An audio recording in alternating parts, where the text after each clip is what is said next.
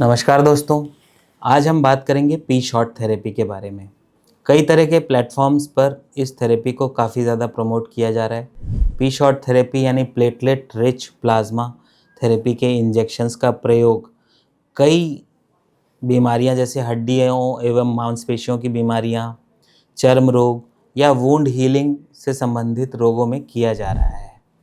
तो इस तरह से जब किसी इंजेक्शन को इतना ज़्यादा प्रमोट किया जाता है तो कई मरीज़ हमारे पास इसके सवाल लेकर आते हैं कि क्या यह ट्रीटमेंट आपके पास उपलब्ध है और इसकी इफ़ेक्टिविटी क्या है। तो इसी सवालों का हम इस वीडियो में जवाब देंगे। तो आइए जानते हैं कि पी शॉट है क्या। Platelet rich plasma. प्लेटलेट्स हमारे खून के एक ऐसे कण होते हैं जो कि खून ब्लीडिंग को रोकने में काम आते हैं।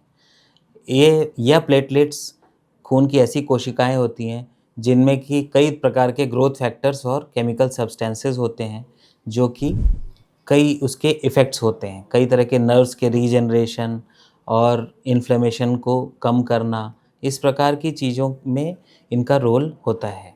इसी का फ़ायदा उठाने के लिए प्लेटलेट रिच प्लाज्मा जो है उसको कॉन्सेंट्रेट करके इंजेक्शन फॉर्म में लाने का प्रयास किया जाता रहा है।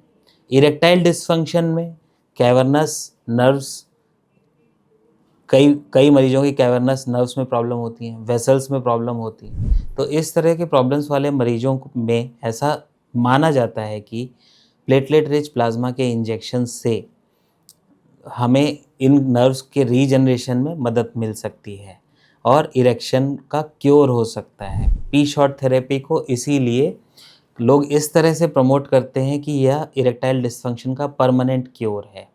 तो हम ये जानेंगे कि इस वीडियो में ये जानेंगे कि ये बात कहाँ तक सच है।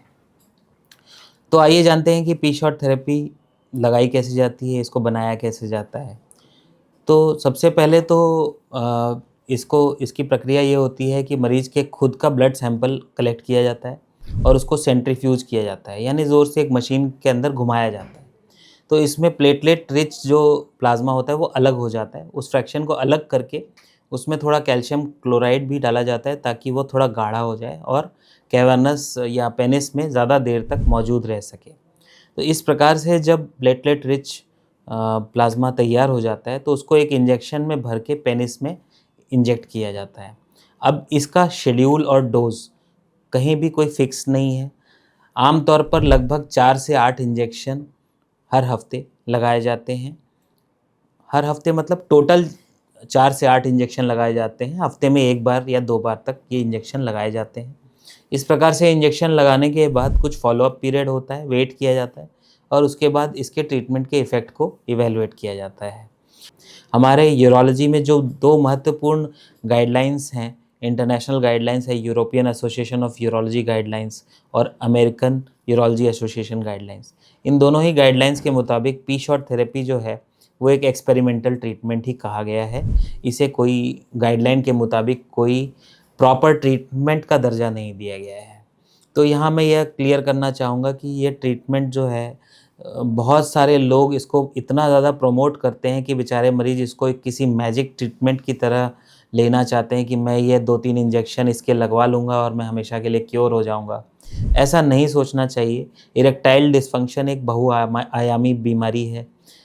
पेनिस के नर्व्स, ब्लड वेसल्स, उसकी कैवर्नस टिश्यू की फ्लेक्सिबिलिटी, पेनिस की sensitivity, interpersonal relationship, psychological stress, बहुत सारे फैक्टर, हार्मोनल इम्बैलेंस, बहुत सारे फैक्टर्स हैं बॉडी के जो इरेक्टाइल डिसफंक्शन या इरेक्टाइल फंक्शन को प्रभावित करते हैं। तो इसमें इलाज भी बहुआयामी ही होना चाहिए। अगर पेशेंट को डायबिटीज़ है तो डायबिटीज़ भी कंट्रोल करना पड़ेगा। उसके पेनिस में ब्लड फ्लो सही से नहीं पहुंच पा रहा है तो उसका भी इंतज़ाम करना पड़ेगा। नर्व्स अगर ठीक नहीं है तो उसके लिए भी दवाइयाँ देनी पड़ेंगी। इंटरपर्सनल रिलेशनशिप को भी अच्छा करना पड़ेगा, स्ट्रेस को भी कम करना पड़ेगा। इस प्रकार से जब हम सारे फैक्टर्स को देखकर ट्रीटमेंट करते हैं तो रिज़ल्ट्स भी अच्छे आते हैं। और जब भी किसी को इरेक्टाइल डिसफंक्शन होता है तो शर्माना नहीं, अपने यूरोलॉजिस्ट से मिलिए। यूरोलॉजिस्ट ही इस चीज़ के लिए एक अधिकृत मेडिकल प्रैक्टिशनर्स होते हैं जो कि इसका इलाज अच्छी तरह पहुंचा सकते हैं। किसी मैजिक इंजेक्शन या क्योर की तलाश में नहीं भटकते रहना चाहिए। इस वीडियो में इतना ही। धन्यवाद।